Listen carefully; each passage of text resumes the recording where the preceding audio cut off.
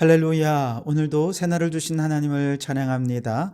오늘도 말씀과 함께 성령님과 함께 동행하는 거룩하고 복된 이 날이 되시기를 주님의 이름으로 축원합니다. 오늘은 출애굽기 6장 말씀인데요. 그중에 4절에서 8절까지의 말씀을 봉독해 드리겠습니다. 하나님의 말씀을 경청하시기 바랍니다. 가나안 땅 곧 그들이 거류하는 땅을 그들에게 주기로 그들과 언약하였더니 이제 애굽 사람이 종으로 삼은 이스라엘 자손의 신음소리를 내가 듣고 나의 언약을 기억하노라. 그러므로 이스라엘 자손에게 말하기를 나는 여호와라. 내가 애굽 사람의 무거운 짐 밑에서 너희를 빼내며 그들의 노역에서 너희를 건지며 편팔과 여러 큰 심판들로서 너희를 속량하여 너희를 내 백성으로 삼고 나는 너희의 하나님이 되리니 나는 애굽 사람의 무거운 짐 밑에서 너희를 빼낸 너희의 하나님 여호와인 줄 너희가 알지라. 내가 아브라함과 이삭과 야곱에게 주기로 맹세한 땅으로 너희를 인도하고 그 땅을 너희에게 주어 기업을 삼게 하리라. 나는 여호와라 하셨다 하라. 아멘. 오늘도 이 말씀을 통해 우리에게 주신 하나님의 음성을 듣게 되길 바랍니다. 분명히 하나님의 명령을 따라 하나님의 방법으로 모세와 아론은 바로에게 가서 사역을 했죠. 그런데 이상하게도 바로 왕의 마음은 완악해졌어요. 이스라엘 백성들은 모세와 아론 때문에 노역이 더 극심해졌다며 모세와 아론을 원망하고 있습니다. 모세도 예상치 못한 1라운드 패배에 적잖이 당황한 듯 그렇게 하나님께 원망하며 기도했죠. 그래서 하나님께서 모세를 격려하며 말씀하십니다. 6장 1절에 여호와께서 모세에게 이르시되 이제 내가 바로에게 하는 일을 내가 보리라. 강한 손으로 말미암아 바로가 그들을 내보내리라. 강한 손으로 말미암아 바로가 그들을 그의 땅에서 쫓아내시리라. 아멘. 이제 겨우 몸만 풀었을 뿐이니 이제 나의 강한 손이 행하는 일들을 바라보라는 것입니다. 하나님 반드시 승리 주실 것이다. 모세에게 확신을 심어 주었습니다. 그리고 이제 6장의 본격적인 내용으로 들어오게 되는데요. 먼저 간단히 좀 6장에서 언급해야 될 내용이 있어요. 14절 이하에 보면 모세와 아론의 조상들의 족보가 기록되어 있는데요. 왜 갑자기 여기서 족보를 기록했을까? 그것은 아마도 모세와 아론이 바로를 1차로 접견했지만 실패하고 이스라엘 백성들의 노역이 심해지자 어떤 이스라엘 사람들이 이제 의문을 제기한 거죠. 도대체 저들이 누구길래 우리를 대표하려 하는가? 누가 그들에게 대표의 자격을 부여해 주었는가? 저 사람들 누구냐 이거죠. 물론 이 질문에 대해서 하나님이 우리를 보내셨다. 이러면 할 말 없죠. 그럼에도 불구하고 모세는 이 족보를 통해서 모세와 아론은 제사장 가문에 속한 자로서 하나님의 일꾼으로 이스라엘을 대표해서 봉사할 자격을 갖춘 자들이다라고 하는 것을 보여주기 위해 지금 이 족보를 기록한 것이죠. 그래서 이 족보를 가만히 보면 기본적으로 모세와 아론 이 두 사람은 야곱의 12아들들과 연결이 되어 있으면서도 이 족보의 초점은 레위 족속에게 맞춰져 있는 것을 보게 됩니다. 그 레위 자손 중에 모세와 아론이 하나님의 부르심을 받아서 지금 이스라엘을 대표해서 바로왕 앞에 서 있다 하는 얘기죠. 자, 이걸 이제 전제하고 그 다음에 이제 오늘 본문에서 가장 주목해야 될 것은요 4절에서 8절입니다. 이 내용은 출애굽의 복음이라고 표현할 만큼 아주 복음적인 내용이 선포되고 있는데요. 먼저 4절 5절을 보시면 가나안 땅 곧 그들이 거류하는 땅을 그들에게 주기로 그들과 언약하였더니 이제 애굽 사람이 종으로 삼은 이스라엘 자손의 신음소리를 내가 듣고 나의 언약을 기억하노라. 그렇게 말씀하시죠. 자, 하나님의 약속을 먼저 분명하게 내세우고 계십니다. 어떤 약속이냐? 오늘 4절 5절에 보면 첫째는 가나안 땅을 주기로 아브라함, 이삭, 야곱과 언약했다. 이것을 말씀하시죠. 8절에도 똑같은 내용이 나옵니다. 두 번째 약속은 뭐냐? 7절에 보시면 너를 내 백성으로 삼고 나는 너희의 하나님이 되리니 라고 말씀하시면서 너와 내 후손의 하나님이 되겠다고 약속해 주셨다는 것이죠. 그런데 지금 이 백성들이 극심한 압제에 짓눌려서 신음소리를 내뱉고 있을 때 그 신음소리를 들으신 하나님께서 과거에 약속하셨던 이 언약을 다시 기억하셨다는 거예요. 이 기억하셨다는 것은 무슨 뜻입니까? 그냥 머리로 다시 떠올렸다는 얘기가 아니죠. 이제 그 약속하신 언약을 이루시기 위해 적극적으로 행동하시겠다는 것입니다. 그런데 사실 이 두 가지 약속은요, 오늘 우리들에게도 동일한 약속으로 주어졌습니다. 우리가 예수 그리스도를 믿고 구원을 받으면 우리를 하나님의 백성으로, 하나님의 자녀로 삼아 주시겠다고 하나님 약속해 주셨습니다. 뿐만 아니라 저 새하늘과 새 땅을 우리에게 영원한 약속의 땅으로 주시겠다고 약속해 주셨습니다. 그렇다면 하나님께서는 우리가 믿음으로 살다가 고통당하고 신음하며 하나님 앞에 부르짖을 때 하나님께서 우리의 신음소리를 들으시고 우리의 부르짖음을 들으시고 하나님께서 이제 적극적으로 행동하셔서 우리를 구원해 주시고 하나님께서 약속하신 이 두 가지 약속을 반드시 이루어 주신다는 것이죠. 여기서 우리가 발견하는 첫 번째 복음이 있습니다. 그것은 우리 하나님은 한 번 약속하시면 그 약속이 이루어질 때까지 자신의 약속 안에 갇혀 계신 분이라는 것입니다. 우리 하나님은 모든 것으로부터 자유하시는 분이죠. 그 무엇이 하나님을 얽어맬 수 있겠습니까? 그런데 오직 우리 인간을 위해서 스스로 약속하신 것에 있어서는요, 일부러 그 약속에 얽매이십니다. 일부러 그것을 의무로 여기시면서 결국 그 약속을 이루어 주신다는 거예요. 그런데 곰곰이 생각해 보면 오늘 우리가 뭐라고 아무것도 아닌 나 같은 자를 위해 나의 하나님이 되어 주시겠다고, 새 하늘과 새 땅, 약속의 땅을 주시겠다고 그렇게 약속을 하시고 그 약속을 이루기 위해서 이처럼 스스로 얽매이시는지요. 그리고 그 약속을 이루기 위해서 하나님 아들 예수 그리스도를 이 땅에 보내어 주셔서 독생하신 예수 그리스도를 십자가에 못 박아 죽이시기까지 그렇게 우리를 위해 헌신하셨던 것입니까? 왜 그렇습니까?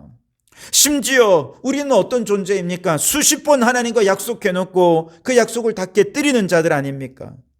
그런 줄 알면서도 하나님은 우리가 약속을 깨뜨리는 것과 상관없이 하나님이 약속하신 그 약속을 이루셔서 반드시 그 약속의 끝에서 약속하신 축복을 내려주시고야 마는 분이 우리 하나님이십니다. 왜 이토록 약속에 얽매이십니까? 그 이유는 단 한 가지밖에 없어요. 하나님이 우리를 사랑하시기 때문에 그렇습니다. 하나님의 그 사랑이 우리에게 축복을 약속해 주시고 그 약속을 이루기 위해 하나밖에 없는 아들 예수 그리스도를 이 땅에 보내주시고 그래서 반드시 그 축복을 우리에게 주시고야 마는 것이지요. 여러분, 하나님은 오늘도 여러분을 진심으로 사랑하십니다. 그 사랑에 하나님께서는 약속하시고 약속에 얽매이시는 하나님이십니다. 이 사랑의 소식보다 더 좋은 소식, 복음이 어디 있겠습니까? 두 번째 복음은 바로 구원의 복음이지요. 6절에 보시면 그러므로 이스라엘 자손에게 말하기를 나는 여호와라 내가 애굽 사람의 무거운 짐 밑에서 너희를 빼내어 그들의 노역에서 너희를 건지며 편팔과 여러 큰 심판들로서 너희를 속량하여라고 말씀하시죠. 여기 보시면 세 가지 동사를 주목하십시오.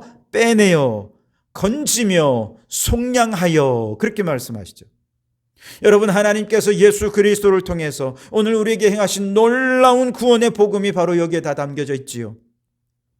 이스라엘 백성들을 애굽에서 빼내고 노역에서 건지시고 그들을 속량하신 것처럼 오늘 우리들을 마귀에게서 빼내시고 죄에서 건지시고 우리를 속량하여 주신 것이죠. 이때 빼내시고 건지시고 속량하시는 구원의 범위는 어디까지냐? 성경을 보면 하나님께서는 이스라엘 백성들만 구원하지 않으셨어요. 출애굽할 때 그들의 가축과 짐승들도 다 빼내고 다 구원하시고 다 속량하셨습니다. 하나님께서 이 백성들을 정치적 군사적인 억압에서 구원하셨을 뿐만 아니라 하나님 백성에게 속한 모든 생명들을 착취하고 생명의 위협을 하고 생명을 억압하는 죽음의 현실에서 모든 생명을 구원해 주신 것이죠. 더 나아가서 이러한 하나님의 구원의 행동은 애굽에게는 심판하시는 행동이 되시는 것입니다. 그래서 여러 큰 심판들로서 너희를 속량하여 그렇게 말씀하신 것이죠. 여러분, 출애굽의 복음을 선포하신 하나님께서 오늘 예수 그리스도를 통해서 마귀로부터 빼내시고 죄로부터 건지셔서 우리의 일을 속량하시는 구원의 복음을 선포하고 계십니다. 우리 하나님은 지금도 마귀의 종노릇하며 죄의 억압과 고통 속에 억압당하는 모든 인간들, 모든 피조물들, 그들의 신음소리를 들으시고 약속하신 구원을 위해 지금도 적극적으로 일하기로, 행동하기로 결심하고 그리고 역사하신 것입니다. 그렇다면 이제 온 땅에 구원의 복된 소식이 들려오고 구원받은 성도들과 피조물들의 찬양은 곧 온 땅에 울려 퍼지게 될 줄 믿습니다. 하나님이 결심하셨다면 반드시 그 일을 이루실 것입니다. 그렇다면 여러분, 오늘 저와 여러분이 하나님 그 결심에 나도 동참하기 원합니다. 하나님의 그 뜻을 이루고 복음을 이루는 그 일에 나를 주님의 도구로 사용하여 주시옵소서. 그렇게 복음 들고 온 땅에 이 거룩한 복음을, 구원의 복음을 선포하는 우리 성도들이 되시기를 주님의 이름으로 축원합니다. 이처럼 약속을 이루실 여호와 하나님 말씀을 먼저 이스라엘 백성들에게 찾아가서 다시 한번 얘기해요. 그러나 백성들이 모세의 말을 잘 들으려 하지 않습니다. 9절에 보면 모세가 이와 같이 이스라엘 자손에게 전하나 그들의 마음의 상함과 가혹한 노역으로 말미암아 모세의 말을 듣지 아니하였더라 그랬습니다. 이미 마음에 불신이 들어버렸습니다. 가혹한 노역으로 인해서 더 이상 그게 귀에 들어오지 않은 상황이었죠. 그래서 이번에는 하나님께서 모세에게 그냥 바로에게 직접 가라고 말씀하십니다. 11절에 들어가서 애굽 왕 바로에게 말하여 이스라엘 자손을 그 땅에서 내보내게 하라, 그렇게 말씀하시죠. 자, 이때 바로 왕 앞에 들어갈 때 첫 번째 바로에게 들어갈 때랑 지금 두 번째 들어가라고 말씀하실 때 좀 다른 점이 두 가지 차원이 있는데요. 우선 첫 번째 다른 점은 앞서 첫 번째 바로 왕 앞에 섰을 때는 그래도 백성들이 자신을 지지하고 믿어준다는 그런 든든한 배경이 되었었습니다. 그런데 지금은 백성들도 이제 모세의 말을 안 들어요. 누구도 지지하는 사람 없고 아무도 믿어주는 사람 없이 오직 모세와 아론은 하나님만 믿고 바로왕 앞으로 나아간 것이죠. 또 하나 다른 점이 있는데요. 첫 번째 바로왕 앞에 섰을 때는 구구절절히 그들을 출애굽해야 할 이유를 설명했습니다. 그래서 사흘 동안에 광야에 나가서 그곳에서 절기를 지키고 제사를 드려야 하니 우리를 좀 내보내 주시겠습니까? 하고 요청했었습니다. 그런데 두 번째 가서 하나님께서 모세에게 할 말을 일러주셨는데 이것은 명령이에요. 이스라엘 자손을 그 땅에서 내보내라, 그렇게 말하라는 것입니다. 무슨 뜻입니까? 하나님의 말씀은 설득이나 권유로 행하는 것이 아니라 명령하는 거라는 거예요. 13절에 보시면 여호와께서 모세와 아론에게 말씀하사 그들로 이스라엘 자손과 애굽 왕 바로에게 명령을 전하고 그랬습니다. 복음은 명령이라는 것이죠. 가르치는 것이 아니고 청하는 것도 아니고 명령하는 것입니다. 만왕의 왕으로서 온 세상의 절대 주권자이신 하나님의 말씀을 듣는 사람이 자신의 형편과 저지를 따라 행할 것인지 말 것인지를 스스로 판단해서 따르기도 하고 안 따르기도 하는 것이 아니라 하나님의 말씀은 무조건 따라야 할 하나님의 명령이에요. 그와 같은 권세와 능력을 가지신 분이 하나님의 말씀인 것이죠. 모세가 첫 번째 바로왕을 만났을 때는 자신을 보낸 하나님이 어떤 권위와 어떤 위엄을 지닌 분인지 정확히 잘 몰랐던 것 같아요. 그래서 바로왕 앞에 우리를 좀 내보내 달라고 요청을 한 것 아니겠습니까? 그러나 이번에 들어갈 때 하나님의 절대 주권과 그 위엄으로 명령하라는 것입니다. 여러분, 하나님의 말씀은 명령입니다. 나의 생각, 나의 판단, 어떠하든지 상관없이 복종하는 것입니다. 이해되든지 이해되지 않든 하나님 말씀하시면 아멘, 순종해야 하는 것입니다.